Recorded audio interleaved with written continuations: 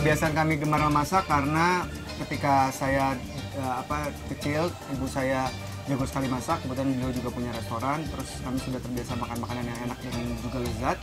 Kemudian saya menikah, habis menikah nggak lama almarhum ibu saya meninggal, terus saya kehilangan resep-resep makanan yang lezat. Jadi saya tanya saudara, diberikan menunya, kemudian saya mulai coba di rumah. Nah, lama-lama saya makin confident, wah ternyata saya punya ini nih, punya kemampuan juga untuk masak gitu, dan makanannya tidak kalah enak sih. Akhirnya Yana juga termotivasi untuk membuat dessert. Ternyata punya bakat terpendam membuat dessert yang enak-enak. Buat saya pernikahan itu tidak cuma sekedar komitmen, tidak cuma sekedar piece of paper, tapi juga masing-masing pihak mau belajar dari kesalahan. Terus membina hubungan mungkin sering-sering melakukan waktu berdua gitu. Jadi anak-anak tahu dalam seminggu misalnya sekali kita pergi berdua aja, anak-anak nggak diajak. Itu yang mesti kita atur terus gitu, yang kita jaga gitu. Kalau buat saya, me time saya adalah olahraga. Karena saya nggak mau diganggu kalau saya sudah mempersiapkan jadwal olahraga saya. Kalau saya ke spa kali ya, apa ke salon, pokoknya keluar dari rumah tanpa bawa anak-anak. Jadi kan anak Erwin tahu tuh, aku mau pergi dulu ya, nanti ajak apa enggak? Enggak.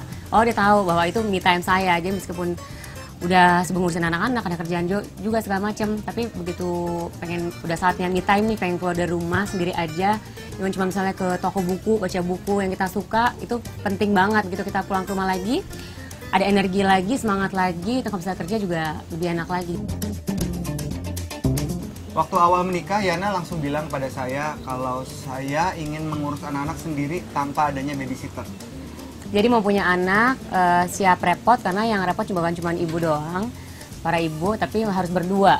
Begadang apa semua aja, saya bilang, oke kita mau punya anak, udah siap belum untuk begadang dan nggak pakai suster gitu. Karena membesarkan anak dari 0 sampai 3 tahun itu pembentukan, jadi penting banget nggak mau pakai suster.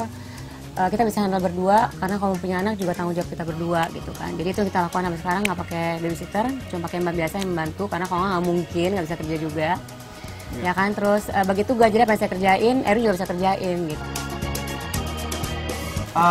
Kami cukup saklek dalam mendidik anak-anak. Terus saya juga selalu mengatakan pada anak-anak tidak boleh menikmati makanan-makanan yang di dalam kemasan, kemudian ada minuman bersoda, terus semua yang saat ini lebih banyak di fast food. Sebulan sekali masih boleh, karena kalau kita larang benar-benar, pasti anak-anak akan diam-diam makan di belakang kita kan. Jadi oke, boleh, tapi hanya sebulan sekali doang. Itu ada peraturan juga, jadi masing-masing anak udah punya kamar sendiri-sendiri. Tapi kalau hari Jumat, Sabtu, Minggu mereka bisa pindah ke kamar kita. Jadi kita punya privasi juga, tapi Jumat, Sabtu, Minggu kita tetap ngumpul sama mereka gitu. Selain itu juga harus bersyukur dengan apa yang dia punya dan menghargai orang lain. Jadi dari hal yang kecil, kalau mereka salaman sama orang, kami selalu mengajarkan untuk eye contact, lihat matanya. Kalau dibilang apa-apa, magic words, thank you, terima kasih, minta tolong, tolong dan lain-lain itu kami ajarkan. Ini sebenarnya kalau tiap hari seorang anak lebih dekat dengan sang ibu, anak sudah mulai beranjak dewasa, ini bagian urusan orang pria ya, ayah yang lebih banyak untuk coaching, memberikan bimbingan. Dan saya berusaha untuk menjadi teman. Dari dulu memang kami tidak ingin anak-anak itu mempunyai gap seperti kebanyakan orang tua kami membesarkan kami pada saat itu.